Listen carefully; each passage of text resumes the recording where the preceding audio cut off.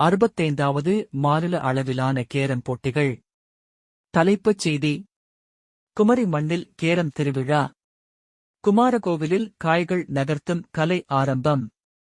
பாயும் காய்கள், அதிரும் பலகைகள். கன்னியாகுமரி மாவட்டம் குமாரகோவிலில் இன்று முதல் கேரம் போட்டிகள் களை கட்டத் தொடங்கியுள்ளன.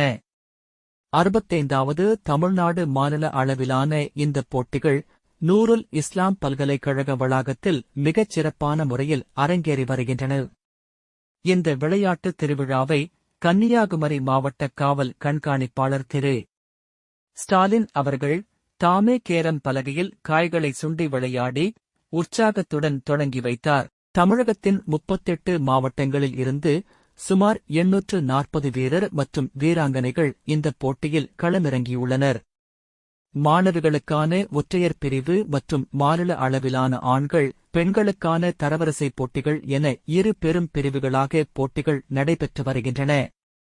இன்று தொடங்கி 3 நாட்கள் வரை நடைபெறவுள்ள இந்த ஆட்டங்களில் காய்கள் நகர்த்தும் வேகம் காண்போரை வியப்பில் ஆழ்த்தியுள்ளது. இப்போட்டிக்கான சிறப்பான ஏற்பாடுகளை கன்னியாகுமரி மாவட்ட கேரம் சங்கத் தலைவர் திரு. கிளிட்டஸ் ராஜன் மற்றும் நூருல் இஸ்லாம் உயர்கல்வி மையத்தினர் ஒருங்கே இணைந்து செய்துள்ளனர். வெற்றியாளர்களை தீர்மானிக்கப் போகும் இறுதிப் போட்டிகள் வரும் ஞாயிற்றுக்கிழமை நடைபெறவுள்ளன.